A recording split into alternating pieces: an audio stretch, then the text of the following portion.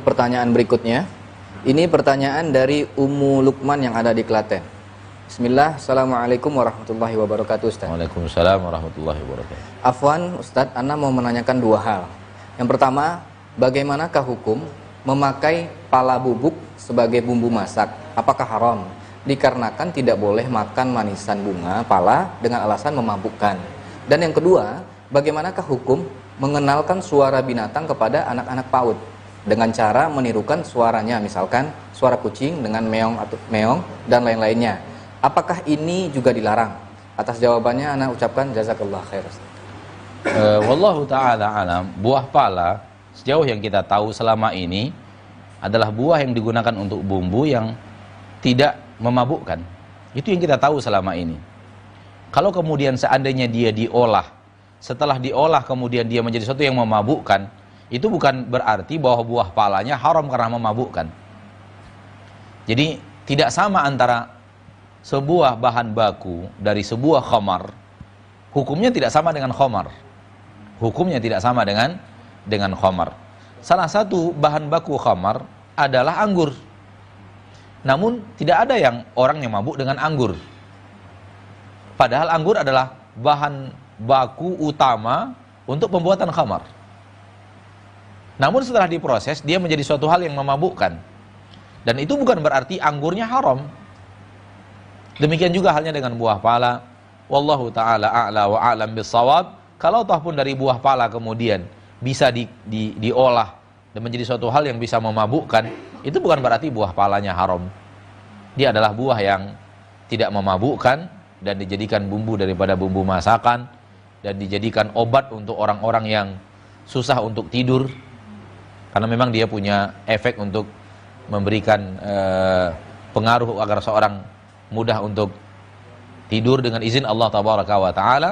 Namun buah pala dikonsumsi tidak pernah memabukkan. Dan tidak pernah selama ini kita mendengar orang yang mengkonsumsi buah pala lalu mabuk. Kecuali setelah buah palanya diolah, kemudian dijadikan suatu jenis benda yang bisa memabukkan. Sama halnya dengan anggur, bahkan dengan kurma. Kurma juga salah satu bahan baku yang dahulu kala dijadikan bahan baku untuk membuat khamar.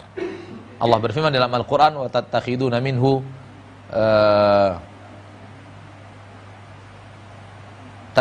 مِنْهُ سَكَرًا وَرِزْقًا حَسَنًا. Kalau tidak salah, kalian jadikan dari kurma itu hal yang memabukkan, sesuatu yang memabukkan dan rezeki yang baik. Jadi pada dasarnya kurma juga bahan untuk membuat khamar di zaman dahulu. Dibiarkan, kemudian diletakkan di sebuah tempat yang tertutup, diberikan air, didiamkan sekian hari, sehingga akhirnya bisa ketika diminum bisa memabukkan. Tapi itu tidak berarti bahwa kurma adalah benda yang haram, bahkan kurma adalah buah yang sangat halal. Jadi wallahu ta'ala alam, seperti ini hukumnya sejauh yang kita tahu.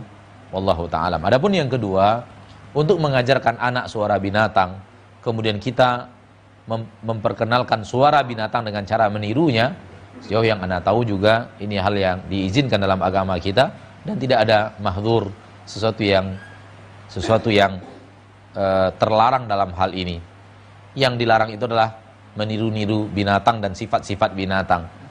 Namun kalau seandainya memperkenalkan suara, memberikan pelajaran kepada anak-anak, sifatnya bukan meniru-niru binatang, bukan meniru binatang kemudian orang tertawa dengan cara kita meniru binatang sehingga kita merendahkan hakikat kita sebagai seorang insan, maka ini bukanlah suatu hal yang terlarang, ya, apalagi dalam hal pembelajaran. Dan namun ada baiknya kalau seandainya suara binatang itu dalam bentuk rekaman, bukan dalam bentuk suara guru yang bisa mengundang tawa dan bisa mengundang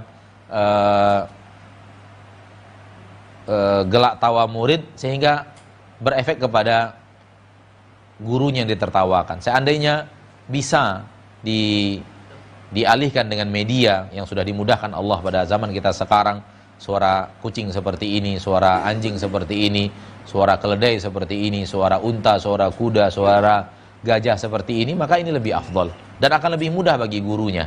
Akan lebih mudah bagi gurunya untuk memperdengarkan dan memperkenalkan suara binatang kepada murid-muridnya. Apalagi kalau murid-muridnya adalah anak-anak berusia dini, maka bisa sekaligus dengan gambarnya, dengan videonya bagaimana gajah dan bagaimana dia mengeluarkan suaranya, dia mengangkat belalainya dan semacamnya, maka ini lebih sempurna. Wallahu ta'ala a'la wa alam. Intinya tidak ada larangan dalam hal ini, tidak ada sesuatu yang terlarang dalam hal ini.